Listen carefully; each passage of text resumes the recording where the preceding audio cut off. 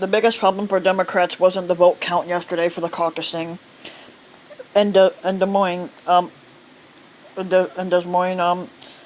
Iowa's caucus reporting meltdown was painful, but another grenade from Monday night just beyond the line of sight may be just as consequential. For more than a year, Democrats have been preparing for high turnouts in 2020, powered by an electorate juiced by rage against 45. But in the first test of the year, early data suggested Tuesday that turnout was on pace just like it was for 2016. The Iowa Democratic Party said far below levels many observers predicted. In other words, Democrats were counting on Barack Obama levels of enthusiasm. Instead, they got Hillary Clinton numbers instead.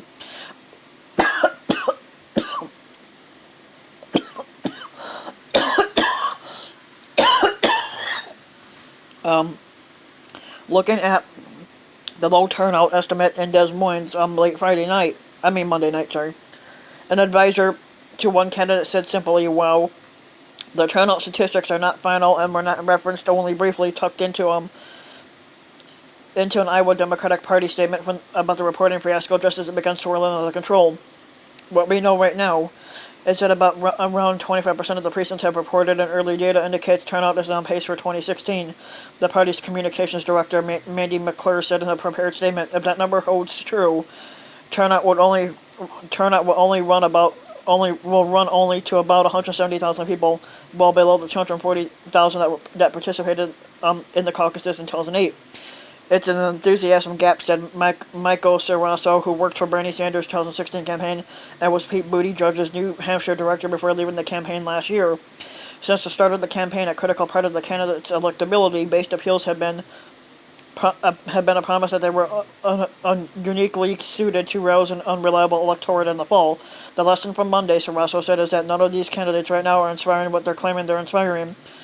Chris Adcock, chairwoman of Democratic Party in Southwest Iowa's Page County, said in a statement that our team was really surprised that the turnout was no better than 2016, and it wasn't just the turnout totals that were worrisome for Democrats. It was the makeup of the electorate. Entrance polls showed first-time caucus goers down this year to about one-third of all caucus goers. That fell lower not only than 2008, when nearly 60% of caucus goers were first-time participants, but also in 2016.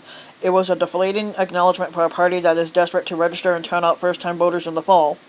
If they could do it any year, this would seem to be it. Turnout had surged in the 2018 midterm elections, fueling a strong year for Democrats, and party officials believed that if they could maintain that momentum in 2020, they could not only defeat 45, but make additional gains in Congress and in the nation's state houses. In Iowa, the conditions for higher turnout were especially ripe. Not only were Democrats anxious about 45, but the state's early dates on the primary calendar meant a larger number of candidates were still in the hunt, many of them with their own aggressive turnout operations in the state. Party officials expanded the number of caucus sites in some counties and booked larger rooms, and if the turnout numbers hold, they watched them fail to fill up.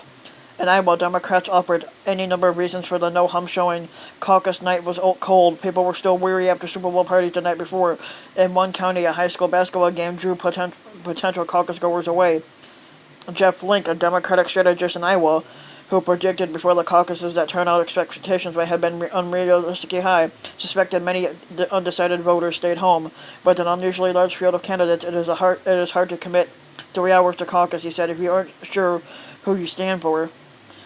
Tracy Freese, the Democratic Party chairman in Grundy County, said Tuesday that the field's so split.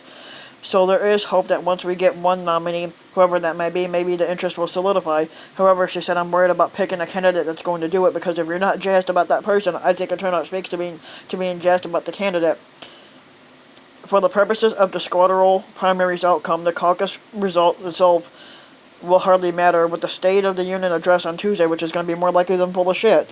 45 is likely acquittal in his impeachment, which he should have technically never been acquitted. That was also bullshit, too. On Wednesday, a Democratic presidential nominee. On Friday, in the New Hampshire primary the following week, the Iowa Democratic Party's inability to deliver a timely caucus result sapped the caucus's eventual winner of such of the momentum he or she might have gained. But as a measure of Democratic enthusiasm, low turnout could prove significant, and for defenders of Iowa's first in the nation status, less than inspiring turnout would do nothing to help their cause.